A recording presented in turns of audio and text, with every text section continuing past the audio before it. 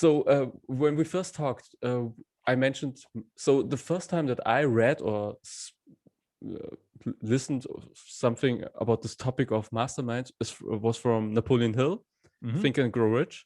So is this, would this be your definition of a mastermind, like way back to Napoleon Hill, or how do you define a mastermind, or something else? Is there a difference between mastermind and masterclass? Or are these synonyms? Yeah, I think, a masterclass a lot of the time is something that's pre-recorded. Okay. We have masterclass on our TV. And I know there's a lot of different people that they take a term, and the word mastermind has been drugged through so many different things. We're like, hey, we're having a one-day mastermind. And then I see what it is. I'm like, that's not a mastermind. That's not the definition of a mastermind. But yeah, masterclass, mastermind. Masterclass to me, a lot of the time is pre-recorded and you're watching it. Though can be helpful. He's learning how to skateboard. We're learning how to cook and find different things. It's nice on Masterclass, which is an app, or nice on a pre-recorded message. But a mastermind to me is more intimate. Now, I know the world of COVID has drastically changed our definition of intimacy and together. And that's, coming back around, which is great. But to me, a mastermind is two or more people coming together and sharing their thoughts and their ideas on how to move the needle.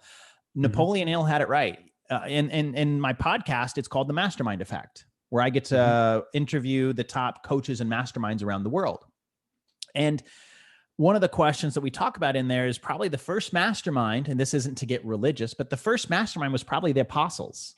And then from there, Benjamin Franklin created the Junto Club, or the Leather Apron Club. And then Napoleon Hill finally writes the book and really solidifies the definition of a mastermind. Now, there's different formats of masterminds, and everyone has their opinion on what they like, what they don't like.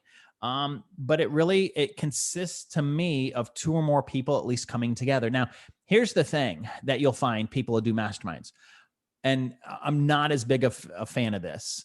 We're going to have, let's say, a car club. We'll go with insurance because I own an insurance company. We're going to have an insurance mastermind.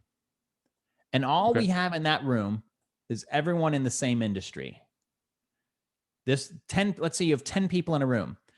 All of them are in insurance. Though good, the problem here is you're thinking the same. You're all coming from the same industry. You're all having the same problems. You all might be doing it a little bit differently, but the group mentality is almost like 10 people, one brain, but only one idea coming to the table. A mastermind that I think is the most valuable masterminds are if you have 10 people. And again, 10 is just a placeholder. So I don't want the number to restrict us. Okay.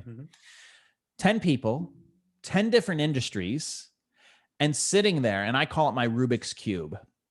And you're sitting there and you're taking different ideas from different industries and plugging it and rearranging your Rubik's Cube and how it pertains to you. Because now you have a person that's in insurance, you have a person that's in marketing, you have a person that's in podcasting, you have a person that could be a personal chef. And you're listening to maybe the problems that they're facing or the solutions that they're finding out. And you're like, you know what? I might not be in that industry, but I can take this piece and I can plug it in there. Why do I know that works? This company, the Success Finder, was literally built around taking the ideas of the teachers and what had made them successful, seeing a problem, rearranging it into my Rubik's Cube to build it out. So the best ones, you can have more than one person from the same industry. That's fine. But if the entire room consists of everyone that's in the same industry, I think you defeat the purpose. And now you just have a BNI group.